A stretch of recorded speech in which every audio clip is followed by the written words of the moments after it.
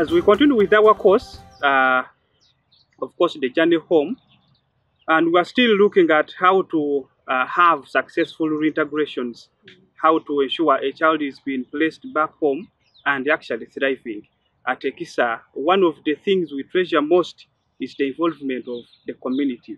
Of course, a community is a bit broader than a family, but you realize in some instances, much of the concentration of the stakeholders is just the family that, where we are going to place the child. So we feel if we, at all we planned so well to engage the community, it can contribute so much to the sustainability of the integration. So what we want to basically talk about in this lot is the FGC. FGC is basically an acronym for Family Group Conference. This is something where we have quite so many other people. I would also call them stakeholders on board, and we are all trying to put together thoughts on how to support this child that we are planning to bring in this family. So, Dennis, do you want to talk about the composition of the FGC? All right, this is actually the family-led meeting being supported by an independent coordinator during that time when they are planning about their child and the welfare of this child. We are looking at quite a number of stakeholders in the welfare of this child, looking at the community, the immediate neighbors. We are having the friends. We have other stakeholders that we think are so much involved in the planning of this child and then in the life or the welfare of this child. We basically look at the side of the family, that's the paternal side of the child, and then the maternal side of the child. Then we call upon the whole entire community to come together just to solicit ideas to ensure that we plan better for this child to thrive much better during our reintegration while looking at family strengthening and looking at the sustainability of this child during our placement, and then the father of the commitment of the family, and then maybe the sustainability of the stay of this child within the family setting. You realize many times, like because the child has stayed in the institution for so long, like 2, 3, the institutions that have kept children for over 5 years. And then, because of that, the family somehow feels the responsibility has been removed from them to now the organization.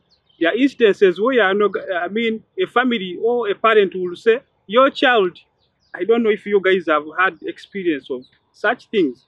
Your child is sick. Your child is so and so, is behaving in weird ways. What should we do? It's a clear communication to us that there is a complete disconnect between the child and the family, and it looks like the institution has taken the biggest portion. And now in the FGC, as we come to conference, as we come to talk, as we come to share, how we've done it is, I'm coming as a social worker. Of course, so many people have come. We have the area local authorities, we have the immediate neighbors, we have, like she said, the paternal side of the child has come, the maternal. And now, as an organization, we are just basically telling them, this is what we've done. And this point, we feel this child is better off with you. Now, what are your thoughts? So basically, a social worker is a facilitator in the process. Meanwhile, it is all these other people that have come that have to contribute to how, when, where this child will be basically be placed. So we give them opportunity. As a father, which plans do you have for this child? As a mother, which plans do you have? As the neighbors, of course, you'll be monitoring, you'll be walking by to just check.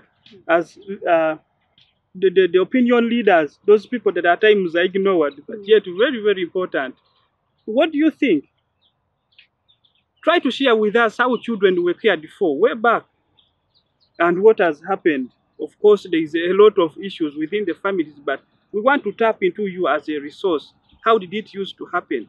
And what can we do to bear their stay in the homes? What else can we do to ensure once this child has been placed, they will not end up in another institution, or they will not end up in, of course, extreme risks.